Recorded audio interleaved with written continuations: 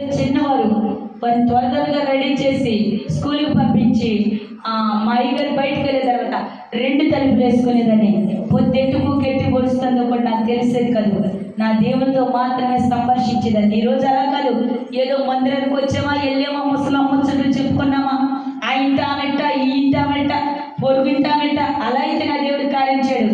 నువ్వు ఏకరీతిగా నా దేవుని గురించి ఆరాధించగలిగితే నీవు ఆమేన్ అనే వారికి అద్భుతాలు జరుగును కాక. ఈరోజు అలా కాదు, ఏదో నామకరణంగా ఉపవాస ప్రార్థన పడతాం.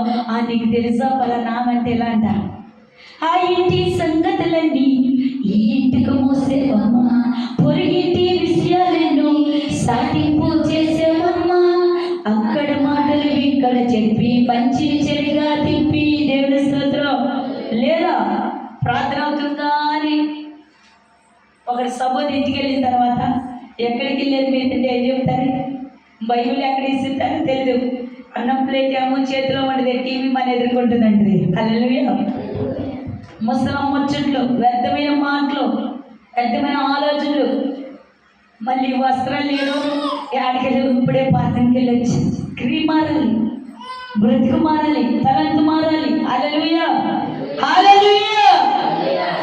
నువ్వు ఎలాంటి వ్యక్తువు నువ్వు వేసుకునే డ్రెస్ని చూసి చెప్పవచ్చు. హల్లెలూయా. ఈరోజు చూడండి, చాలా మంది కూడా మనం వేసుకునే డ్రెస్ విషయంలో కూడా మన పిల్లలు వేసుకునేది కానీ చాలా మోడల్ ఉంటున్నాయి. దేవుని స్తోత్రం.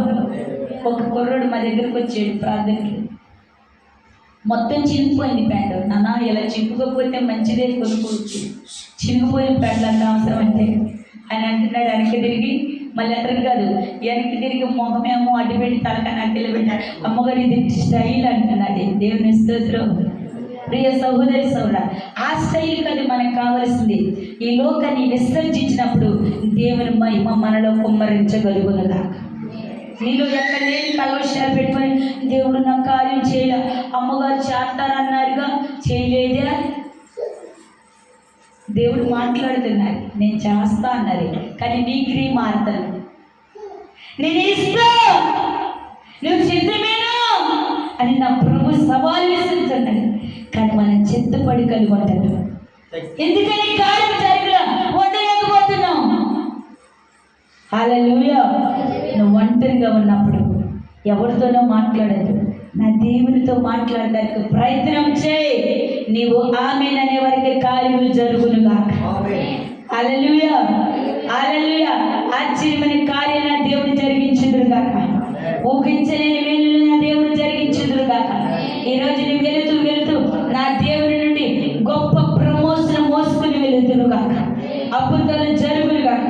ఇంకొద్ది మాట ప్రభు దీవించి ఆశీర్వదించబడుదురుగాక. ప్రార్థన చేసుకున్న తల వంచినట్లయితే, మిక్కిలి పరిశుద్ధుడా, మహోన్నతుడా, ప్రేమ కలిగిన దేవ, దయగల రక్షకుడా, నీ కొందన స్తోత్రాలయ్యా. ఇప్పటి వరకు మధురమైన మాటలు మాకు ఇచ్చినందుకు స్తోత్రాలు యేసయ్యా. అయ్యా, ఎంతో నా తండ్రి నీ బలిష్టమైన రెక్కల కింద నిలబెట్టుకుని మాట్లాడినందుకు స్తోత్రాలయ్యా. అలాగే ప్రభు మరలా నేను అయ్యా విజయవాడ ప్రాంగణానికి వెళ్ళినగా అక్కడ స్తుతి ఆరాధనలో నీ మహిమ కార్యం జరుగునుగా. అనేకమైన ఆత్మలు నూతనంగా పట్టబడుతురుగా. ప్రభు అంతవరకు అనుకూలపరిచి జీవకరంగా మహిమకరంగా అక్కడ జరిగించి, ఊహించలేని కార్యములు జరిగించి నీ సాక్షి బిడ్డలుగా కుటుంబాన్ని నిలబెట్టుకుని మహిమ పొందమని ఇక్కడున్న ప్రతి బిడ్డతో మాట్లాడమని యేసు పరిశుద్ధ నామములో అడిగి వేడుకున్నాము తండ్రి. ఆమేన్. హల్లెలూయా.